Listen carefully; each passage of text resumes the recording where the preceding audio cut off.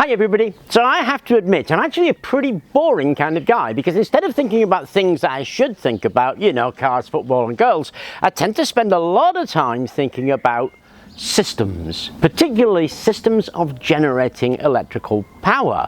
Now, I have a view of things where I'm looking for stuff that is in common. So I can build a structure, a framework to hang that understanding of systems on.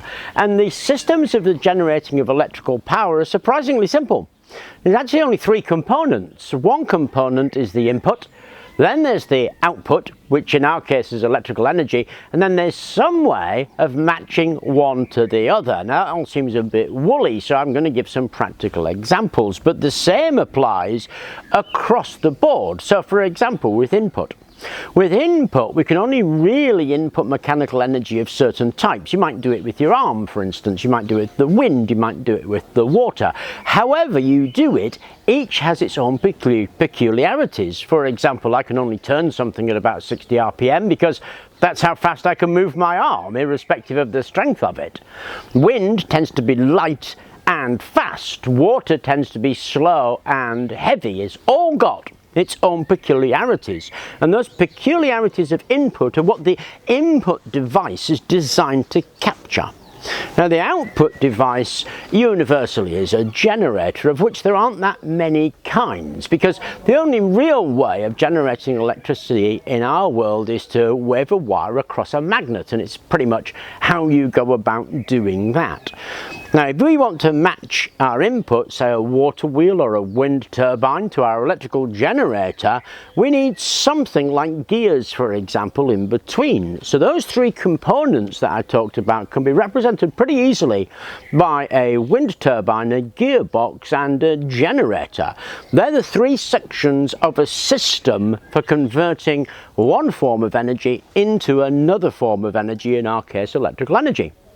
Now it's all a bit esoteric, so my plan is to look at a specific example, actually a folding wind turbine, follow that through, showing how we might develop each of those elements. So let's make a start on this with the generator section. So what I've got here is a DC electrical motor, because electrically motors and generators are identical.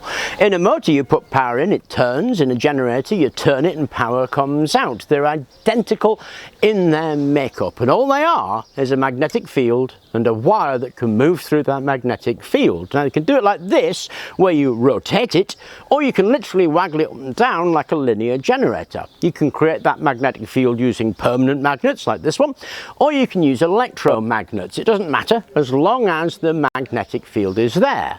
There must be movement between the two, so sometimes you rotate the magnetic field and sometimes you rotate the wire, but relatively speaking you are waggling a wire in a magnetic field. There's only two components to it, the wire and the magnetic field, and of course that leads to great debate, because to cram as much wire as you can in there you've got to fold it up, and people argue about how you fold it. There's also a magnetic field, and people argue about what's the best way to make that magnetic field, and there are various merits of each system that they come up with, but the essence is you must move a wire through a magnetic field if you want to generate, and there are just lots of ways of doing that that people get quite passionate about. So with the aid of this and a bit of string, me and Luke are going to show you something. Have a look at this. Pull! Okay, so that was a physics experiment to show what happens in a generator. And of course, physics deals with fundamental forces. It's actually all really very basic, very simple, and a bit dull until you come to apply it. But when you get hold of those ideas and apply those ideas, the whole world makes sense. But like I say, the problem is it's pretty dull to watch because it's so basic and so straightforward.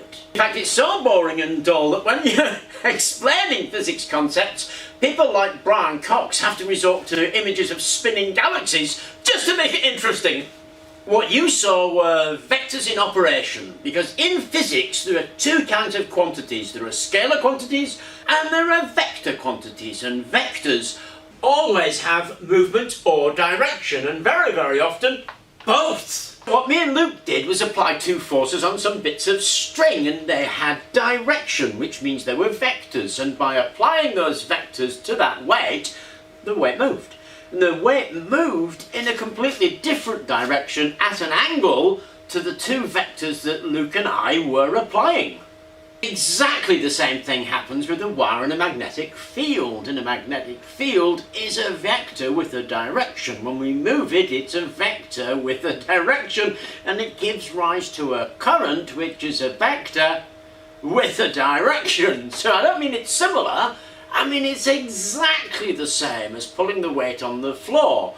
You apply two forces at 90 degrees, you will get a resultant vector at an angle to the two forces that have been applied. This is exactly where Fleming's right-hand rule comes from. It's a description of what would happen with those vectors if you set them at 90 degrees to each other. We've got a magnetic field going that way, we move the wire that way, well the current's going to go that way, and that's all it does. It's describing how those vectors would interact at 90 degrees to each other. Those of you who are thinking about this might be asking the smart question, because in the experiment that Luke and I did, it was pretty simple. But the questions you should be asking are things like, well, what about if you change the amount of force you applied? What about if you change the angle at which you applied that force? And guess what? It would change the outcome, of course. And the same is true of generators, but generators are a much simpler system than the one Luke and I used, because we had friction, we also had gravity, then we had the two forces that we're applying.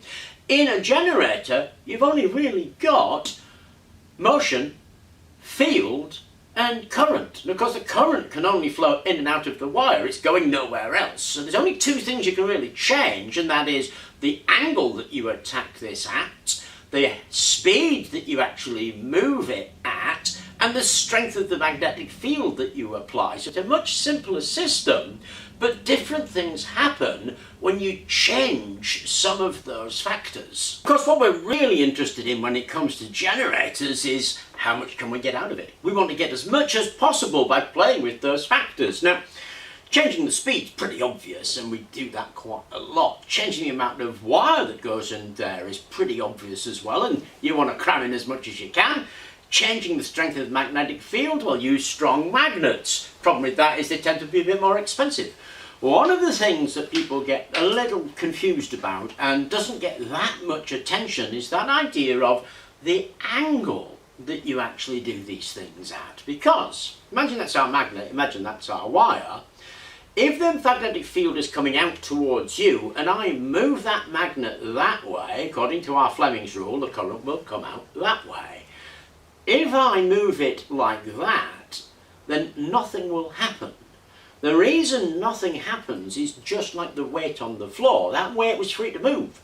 If we stopped it being able to move towards me, doesn't matter how hard I pull, it's going to move towards Luke because it's got a constraint on it, and the same is with the wire. So if I'm doing that with it, nothing's going to come out because it can't. If I do that with it, then something's going to come out. So the angle that the wire makes to the magnetic field as it flows will affect the amount of current that comes out of that wire. So that's going to be the best, that's going to be the worst, and that's going to give you less than that, but more than that. So the angle really matters. So here's a So to make this coil, I've got this massive coil of hair-thin wire, a bit of a wooden board, and two bolts with some rubber over them. And what we do is put the bolts in the board and just wind the coil round and round, and then tape it all together. It'll make more sense when you see it, so let's get on with that.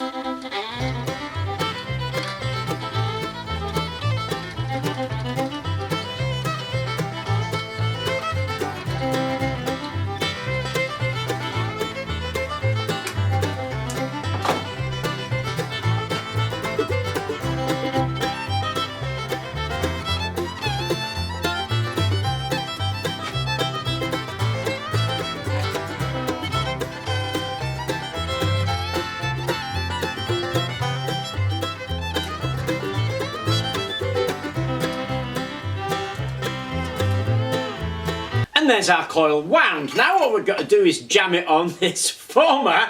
Incidentally, if you want 3 fares, make 3 of these. And then we just wind that onto the former in a serpentine. And when you've done that, that is what you get. Now on a practical point, you might notice on the coil, I put these little tape bits here to hold the coil together, and in that position, because it makes it a piece of cake, to then put the coil onto the actual former. Let's analyse it in terms of those angles we've just been talking about and how it's going to affect generation. Now because it's a circle, of course, it's narrower here than it is here because it's a circle.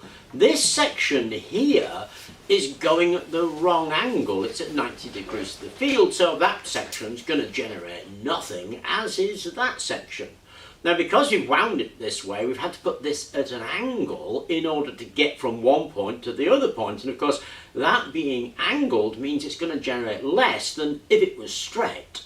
So if we want to improve this, then we need to make this as short as possible, and we need to put this as straight as possible, and we'll get the most out of this kind of serpentine coil. So what do? Well, we can twist the serpent around. Then if we do that, we get this. I designed this in Tinkercad, and as you can see, all I've done is turn that serpent around 90 degrees. So instead of running like that, it runs up and down. Now the Tinkercad files are available. I've put them up there and you're quite welcome to download them, but you can see if I wind the serpentine coil, then because it's no longer going in a circle that way, then there's less wire at 90 degrees. I mean, we need the wire at 90 degrees because we have to join them up, but there's far less there. And because they're now going equally, they're going to go much straighter. So this is going to be a huge improvement on this. So to put this together, I used this. It's a thrust bearing. The outside diameter is 35mm, the inside diameter is 22mm, and it's 10mm thick, and I just bought it from Amazon. Then I printed 2 parts, the housing and the rotor. In the housing, there's a thrust bearing there in the printed recess. And then we have the race there, and I've got an 8mm bar going out to the height of this. That completes that bit apart from the coil. The rotor, which is the second bit that you're going to print, again got the other side of the thrust bearing in the recess, 22mm bearing, so that it can sit on that bit of bar. And then around the edge in a north-south, I've got these, which are N35 neodymium magnets, 10mm by 2mm. They go in there and that finishes the rotor, so the rotor sits nicely in there like that. The only thing we've got to do then is put our twisted serpent around there. To make that, here we go, it's just one big coil, and I've done a number of videos on how I make these. I just wind the coil, and then there's bits of tape holding the coil together, and those bits of tape match up with those sections there. So I've got to bend this into shape, and to bend it into shape, it's a piece of cake, you just do that with it, matching the 2 bits of tape with each other. You do that all the way around, and then we can bang that onto our stator. Okay, quick and dirty test, LED. Now an interesting point is this is not only easier to do than a standard coil, we've got so many standard coils to make, there's 36 of them, but because it's a serpent, then the bit that would be in a standard coil going across the top, well, it isn't there, and because it isn't there, it isn't wasted wire. That makes it more power dense than if you bothered to wind separate coils. So these serpent coils have a lot going for them. Anyway, let's give it a spin.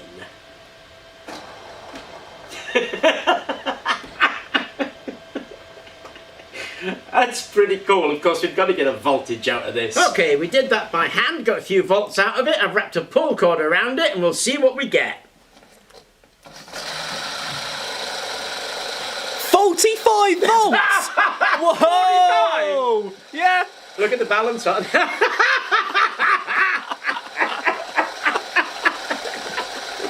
Well, that's a bit awesome. This could spin for ages, eh? Wow. That's just on that bearing. Now, when you're thinking about coils, you're really thinking about Fleming's right-hand generator rule, where the movement, current and field of magnets are set at 390 degrees from each other.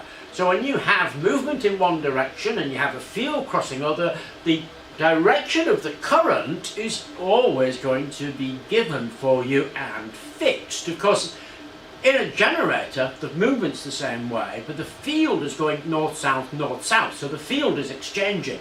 So what we effectively want to do is have the current move one way and then the other way. We want to join that up somehow so that the net effect is the current moves only one way. Now we can do that really simply. Actually, we just do that like this. You'll notice that the wire goes up one side and down the other side, and so the current moves in the right direction. And a serpentine coil represents that. If we can keep these wires in this direction, then we've made it more efficient, because the wires are at their most efficient orientation, and that's what matters about the serpentine coil.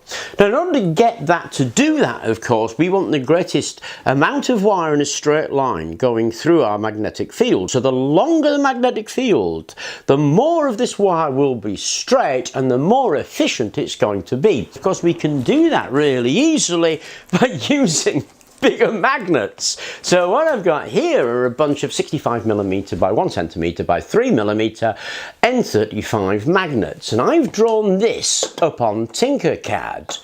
What this is 3 bits, and that's all we actually need. We need a rotor, we need a stator, and we need a bit act as a cover that can join it up to the rest of our wind turbine, which is exactly what we got here. We've got a stator, where I put some wire on already from video 1929. That's our rotor, which is where our magnets are going to go. And that's our cover. And all 3 just slot together like that to make our generator. So our generator is actually pretty simple to make. The magnets go in a north-south, north-south orientation. And here they are. Here's our N35s. So we do them north, south, north, south, north, south. We put our serpentine coils onto our stator, and one's already been put on, courtesy of video 1929. There are 200 turns on here, and I've got 2 more to add. Now, I could make this 3-phase by putting the coils at 120-degree separation, but I'm actually just going to line them up with the slots that I've got ready for them. So, let's put those on. There is my rotor. Now, these magnets are north-south, north-south, and there's 12 of them, and both of that's important because there are 12 of these wires here. Of course, we've got 6 on the crown and 6 on the bottom where it makes the turn, and that matters because as that goes past there, it'll generate going past the north, and that will force the electricity to go in that direction. Now, if it was north and this one was passing a north as well, then it would both go in the same way and we get nothing out. Because we're making this one pass south, as this one passes north, then that goes that way and then that way, and we can get what we want out of it. So we have the same number of straight bits of wire as we have of magnets. The magnets are in north-south, and then these crowns and dips, it doesn't really matter as long as you've got 6 crowns, 6 dips to make that crown. And those are the keys to a serpentine coil. Now, the coil itself, if you haven't watched 1929, is super, super easy to make. And that's one of the other joys of it, is how easy they're to make. Because to wind 12 coils as individual coils and then lose half of that copper is a little bit depressing and takes forever. To wind one serpentine coil takes no time at all, and you don't need half of the copper. So, we've put it on to there, and we've got our rotor, and obviously our rotor goes in there with a spacer of an 8mm washer to make sure that it spins freely. Now all we have to do is pop our cover on, give it a spin, and it'll generate. And we have 6 exit wires, so we need to rectify what's coming out of there, put it under load, and give it a test. To do that, I've got this massive chunky cog that I'm going to put onto there. So I'm going to put that on there and put rectifiers on there. Okay, that's it. I mean, you can have choices here, eh? One way, which is the way I've chosen to do, is take each individual coil and rectify it using this rectification circuit. The other way is to take all of the coils together and rectify it as 3-phase using this rectification circuit. Now, I've done each coil separately because, to be brutally honest, I don't quite know what I'm going to do with this, in which I mean, I know what I'm going to do with it. I'm going to stick it in a wind turbine. What I mean is electrically what I'm going to do with it. Because on here I've got all my positives coming out from that rectification circuit I showed you. And on here I've got my negatives. So I've rectified each coil individually to give me 3 positives and 3 negatives. You don't need to do that. You can do it as all 3 coils rectified in a 3-phase rectifier circuit to get 1 positive and 1 negative. The reason I've done it like this is because if I join those up in parallel, I'll add the amps. If I join them up in series, what I'll do is add the volts. So I could join my positive to negative, and take my positive and negative out here, and they will be in series. Or I can take all of the positives out, all of the negatives out, and they'll be in parallel. It just depends what I want to actually power with it. Now I'm going to connect this up in series, and we're going to give it a spin with an LED. This LED takes about 20 volts or so to turn on. Okay, so here's my positive, and we can stick it onto the positive like that. Now obviously the negative comes out of the other side, and we can take the negative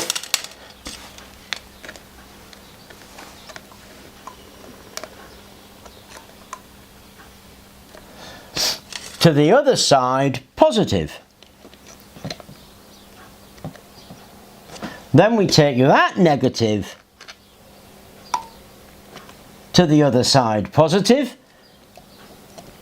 and then we take our negative out. So what we've done is connected this in series. So that's now connected in series, and the voltage output of all the coils will add together, and it'll be some crazy voltage. So let's give it a spin. I've got the meter here. We'll see what kind of voltage we get out of it.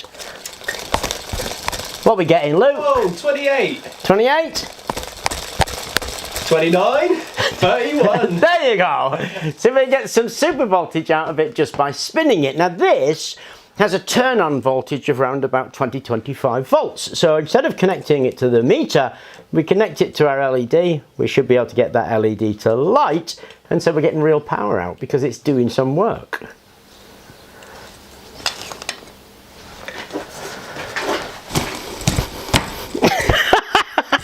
And there you go, lighting an LED. So that deals with the first part of the system, that is a generator. Now remember, a generator doesn't actually generate. A generator converts mechanical energy into electrical energy. It has its own specifications. The one we built needs to spin quickly, so we need it with a high RPM. Of course, to do that, we're going to take an input, and in our case, our input is going to be from the wind. That wind needs to be converted into high RPM. Now, because we haven't put any metal in this, it's got a very low torque, so we need high RPM and low torque. And that means gears. Find your own flour? I have. I've done it on a quernstone. A quernstone's just a flat piece of stone with another stone. You put the grain on, you rub it backwards and forwards, and it is back-breaking. Of course, the next development was to make it turn in a circle, but it was still hard work, and it's where the phrase, the daily grind, comes from. You were grinding your own flour. So when you're looking at a way of escaping that drudgery, what you want is power. You imagine how back-breaking using that quern would be, but here at Crabblecorn Mill, they've got 10 stones in 5 pairs, each weighing a ton, so there's 10 tons of stone right here, and they could process 40 tons per annum of grain, and it's no surprise. Here in the hopper, they've got 60 kilos of grain. This is the horse that holds everything. It's a damsel and a shoe feeding it into those stones. Those stones are turned by the river, producing the flour. Good things about water, there's a lot of it, and it's heavy, so there's a lot of force, but it's slow. So if we want to use that power to do something like grind flour, then we need some way of capturing it, some way of moving it, some way of changing its direction, some way of applying it, and some way of changing the speed and torque. So we need to do basically 5 things. The way we do those things is through gears. Nobody really knows who invented gears or how old gears are. There are records to the 4th century BC in China. And of course the Antikythera was discovered in the Mediterranean, and that dates back to 100, 150 BC, with a history through to Alexandria and you're talking about 3rd century BC. Better place to show that is somewhere like this. This is Crabblecorn Mill in Dover. It was first built in 1812. It's a fantastic demonstration of mechanisms and gears. This is the main wheel. 2 people died in here. The water wheel captures the power, the stones apply the power, the rest of it is the mechanism of the gears, and they're the same yesterday as they are today as they will be tomorrow. And it's arguable that the windmill, watermill and clocks represented the height of medieval technology when it comes to gearing. And in a watermill you can see those 3 functions clearly, and those 3 functions are transmission, force and rotation direction. What we mean by transmission is speed. Different sized gears can be used to efficiently change the speed of a system. Large gears with lots of teeth, when they interlock with small gears with few teeth, have to spin fewer times to keep up with the total motion of the machine. The smaller gears have to spin faster, and this gives you a way to increase rotational speed. Force is in a similar setup. You can use gears to increase the force of a system. That extra force doesn't appear out of nowhere. Turning the small gear fast will make the large gear turn slower, but with much more force. This is what we mean when we say that torque is traded off against speed in gearing systems. And the final one is rotational direction. Gears are very useful changing the direction of the rotational motion. Spur gears, for instance, can reverse the direction. Worm gears change rotation by 90 degrees, and bevel gears can transmit motion around corners. Milling flour is perhaps the most well-known application of a watermill, but they were no means restricted to just that. They were used for trip hammers for things like forges and paper making. They were used for bellows, again for forging and forcing air, and they were used for sawing in lumber. They had the same principle. You had a power source, the water.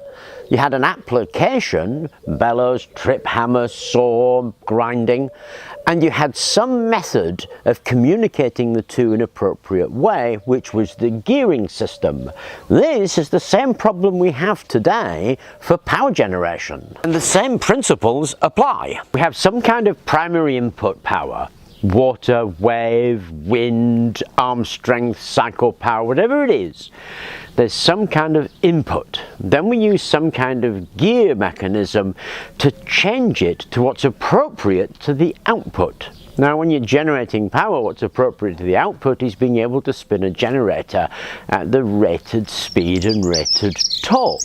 That's what you're looking for when it comes to putting gears between those two elements. But in essence, you're doing exactly the same thing that the forefathers did when they were sawing logs, hammering steel, grinding grain.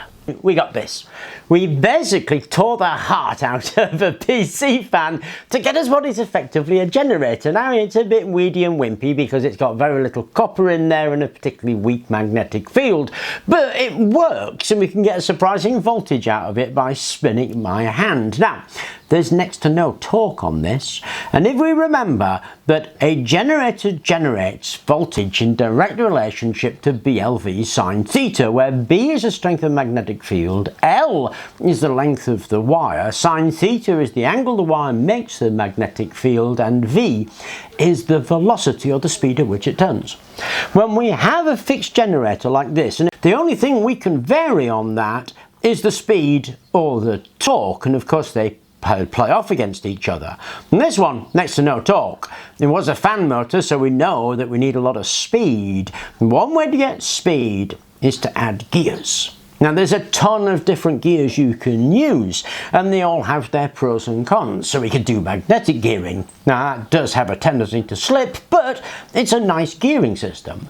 We could use straightforward gears and just build up the gears, but they would be quite large. One of my favourites is this. It's a planetary gear system. This is called the ring gear. Then we have the sun gear. And then we have the planet gears, these little one, and this is the planetary carrier. Now, the gear ratios of these depend on their relationship to each other. So if we count the number of teeth in there, count the number of teeth in there, add them together, we'll get the effective number of teeth on the planets. That always means that the planet is the biggest number of teeth. The sun is always the smallest, and the planets are always the greatest. The gear ratio of the sun to the planets is always the biggest gear ratio. In this particular one, then we have a gear ratio of 3. So every time I turn that one, the sun will turn 3 times. Now that's kind of cool because it means that if I put that on there and I give that 1 turn, I'll get 3 equivalent turns out of that. And that's what we're looking for on something like this, because the more speed, the higher the voltage. Of course, it's not terribly useful like that. So what I've done is I've printed out a sun gear. There we go, like that, because this will fit nicely into there to make us, there we go, something we can drive easily. And of course, to do that, I turned to Tinkercad and I developed this whole thing in Tinkercad. If you have a look at it, you can see with the 3 legs is the sun gear. The smaller ones are the planet gears, and then we have stacking ring gears where we can stack these one upon the other.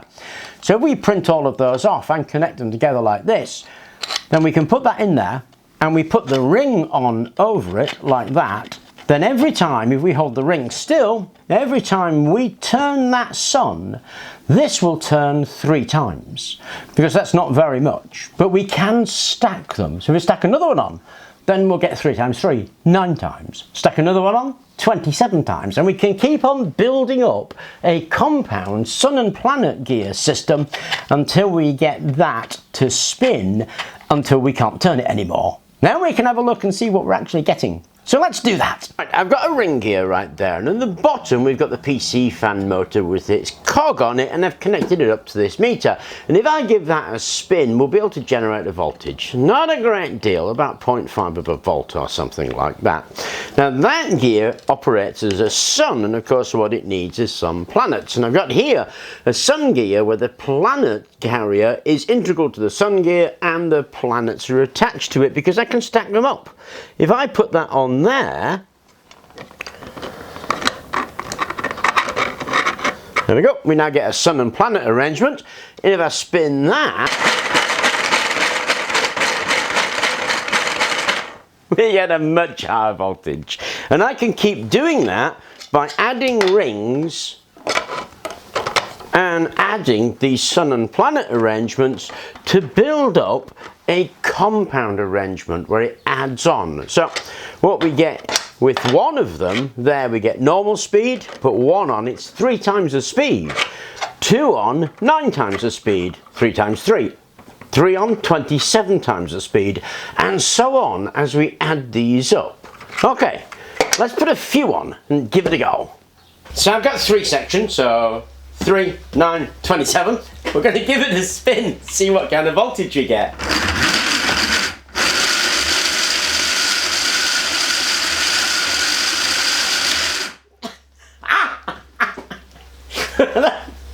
Madness! Okay, that went well, so I've put another layer on. Let's see what we get.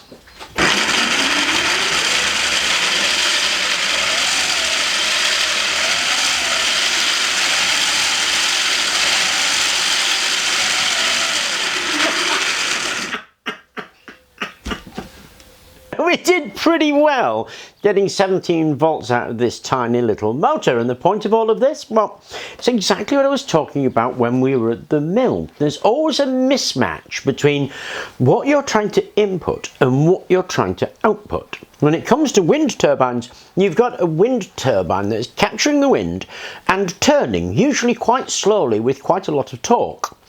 You want to be able to turn that into quite a lot of speed. Torque requirement on this is so low, what we need to do now is gear it up. This is the connection ring, it fits on the generator, and then our gears can fit on that. Now originally when we looked at this, this is what we came up with. We integrated the planets with the sun gear so that we could make it stackable, drive them, and add that multiplicative factor for these planetary gear systems. But I thought that was a bit clumsy. It was just me looking at it to begin with, so I redesigned it into this. This is what you're going to see in those Tinkercad files. And what it is the planet carrier is now a ring with 3 prongs on it. The planets go on there. and then the sun gear is integrated with the fixing plate, and that whole thing just glues in. Now this is all plastic because we're wanting to test it. If you want to make this stronger, you'd replace those pinions with metal and maybe put bearings around the planets. You'll see that there's a bearing right in the center of the sun there. That's to help it spin freely along an axle. So now we can get a number of these, stack them up, and we get the same stacking gearing system that we had before. The ratio of each one of these is 3:1. So if I put that on there, it's 3:1. If I put that on there, it multiplies, it's 9:1. If I put another one on, it's 27:1. And we have this hole going right the way through the center. And that's so we can do that with it. The whole stacking planet gear system is held in place by a bolt with a nut on it, and the bolt fits in the little hex at the bottom there. They all spin independently and freely of each other, courtesy of that bearing that we just put in. The bearing's a skater bearing, 22mm by 7mm by 8mm centre. The other thing we've got is the actual ring gear itself. Again, these are available in that file. Now I've done this for 3 of them, and those 3 just slot in there like that. Now if I turn that, I'll get 27 times the output. And that goes on there like that. There we go. That's our gears. That's it. Now I put a stand on it and I put a handle on it. The handle just detaches actually, so that we can hand crank it. But of course, what we're aiming for, if you remember this, our folding wind turbine. So the folding wind turbine will actually go on there like that. What I need to do is make an adapter between this and the wind turbine blades, and then we're ready to rock and roll. So we're nearly there. But I put this gearbox on, and it is a 27:1 planetary gearbox stacked, as we saw. What we're going to do is read the voltage out of it by me hand cranking it, and we'll see what we get out of it. Now I have connected it up in series at the back here, and you can see the series connection. Again, it's like this because I still haven't decided how I'm going to connect this. But if we crank this handle, we should definitely get some kind of voltage reading out of this. Let's have a go and see.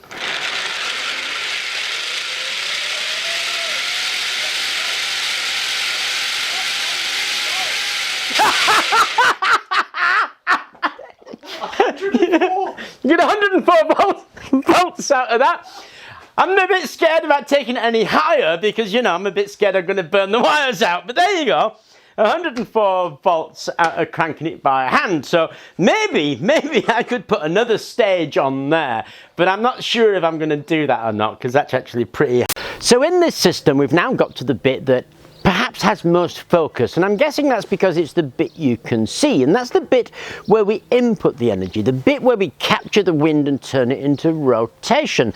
And like lots of things, if there's 2 opinions, you'll find 2 camps arguing viciously against each other about which is best. But it's not really relevant here, because we're looking at a system, and the thing that we choose as the input is only really an example of that. Now I was looking at foldable portable wind turbines, and I was astonished by 2 things. 1, how expensive they were, and 2, how pants their output was. It was like very low for a huge overpriced piece of kit that I thought, over this whole video project, if we ended up making a portable wind turbine, that'd be really cool to do. So I've chosen that only for those reasons. But the wind turbine bit itself just represents the input of the system that we're talking about. Because we're talking about the input, the output, and the link between the 2. The input, it really doesn't matter. It could be your arm, it could be a water wheel, it could be a folding turbine, it could be a VAWT, it could be HAWT. Whatever you think is the best, this is the same way that you construct absolutely everything within this field that we're talking about. So I've chosen a folding wind turbine design for that reason. The way they make them portable is essentially to fold up the blades. If you can fold up the blades, you can have yourself a portable wind turbine. I made the blades, there we go, out of pipe. This is just ordinary soil pipe. I did this before, and here is how I made them. In order to make the blades, all we're going to use is a bit of this. This is a 100mm diameter or 4-inch. This particular one is drainage pipe, you can tell by the colour. If you get the black one, that's soil pipe. It's a bit difficult to see your markings on the black, which is why we're using this one. but either will do. It's about 5mm thick, it's good stiff plastic, and we can make this into 4 blades. Now the blade length is going to be 50cm long, so what we need to do is cut off a 60cm section and then divide that into 4 by marking it in quadrants and sawing those quadrants up. So that's what we're going to do.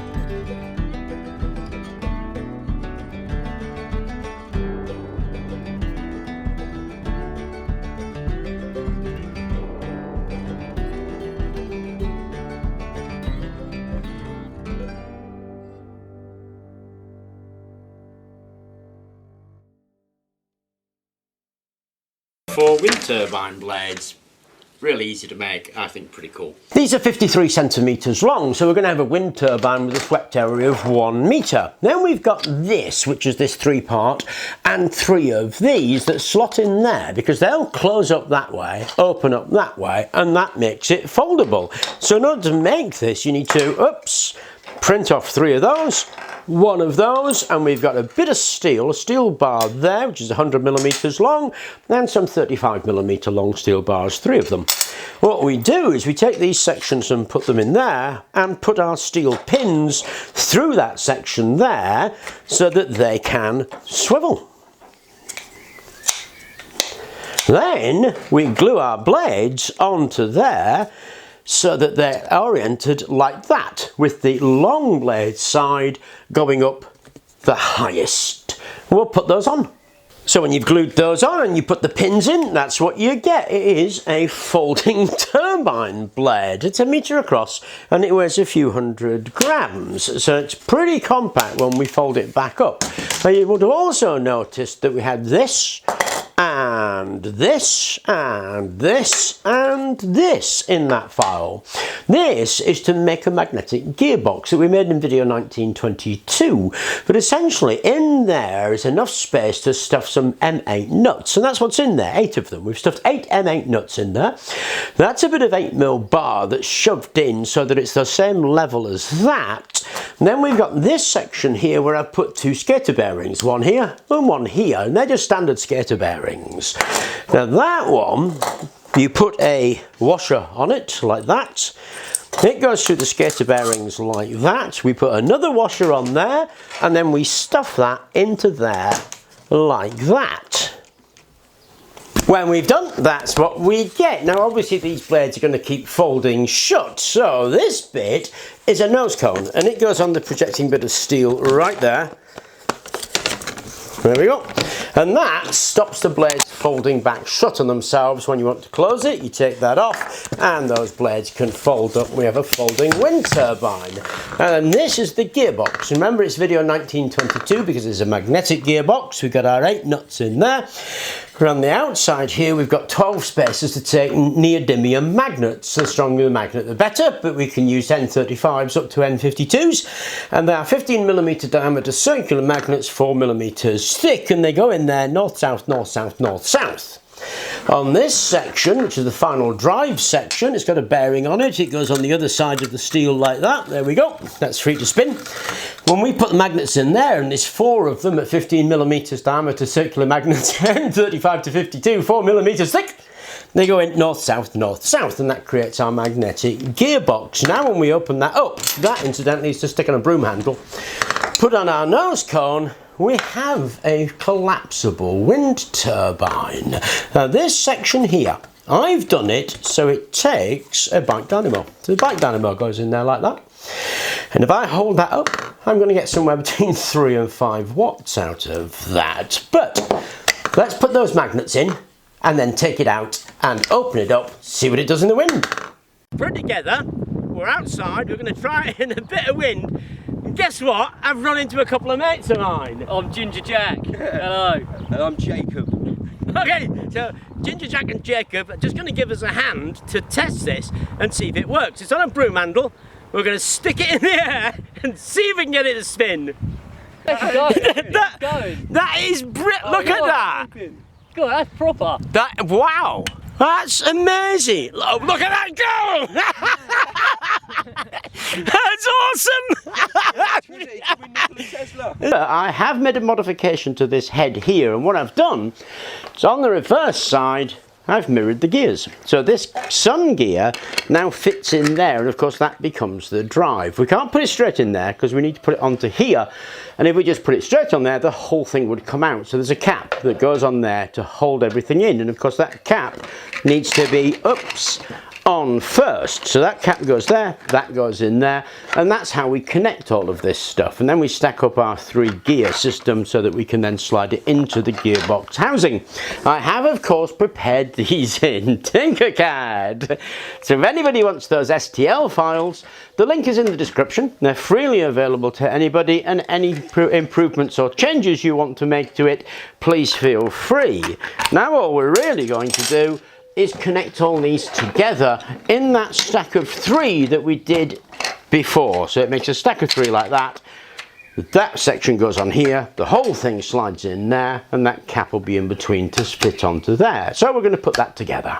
There it is fitted together. We've got a bolt sticking out there, so we've got a pretty nose cone. Again, it's in the Tinkercad files, and that just press fits onto there. Okay. And then they're free to flap up and down, and now we can slot the entire gearbox back into the wind generator section. And when we've done that, there you go, one folding wind turbine. That's pretty wicked actually. So it folds up really nicely. That's a part of it. It's a bit heavier than the other one that we were looking for. We've got about 2 kilos here now, but I've left a foot on it right there. That foot plate obviously is going to take a pole or whatever you want to fix it. You'll have to make a fixing so the foot plate can fit to whatever it is you want to fix it to. And then of course this back piece for an actual wind turbine, we need to put a pole coming out of the back here with the fin on it so that it's wind direction. But that is the wind turbine, the folding wind turbine, pretty much finished. Now there is one other issue with this that I want to discuss with you, and that is the blades. The blades obviously fold out. They're going to collapse back in unless we do something right here. And that I have been pondering long and hard, and the solution I've come up with is clips. Just put a couple of clips on there, they snap into place and they hold it out. So they hold the wind turbine blade out. I think a better solution is required. Something like maybe a retaining pin or some other way. But I'm going to use these clips to hold it out because it's expedient and quick, and that's what I want to do because I want to get this thing tested.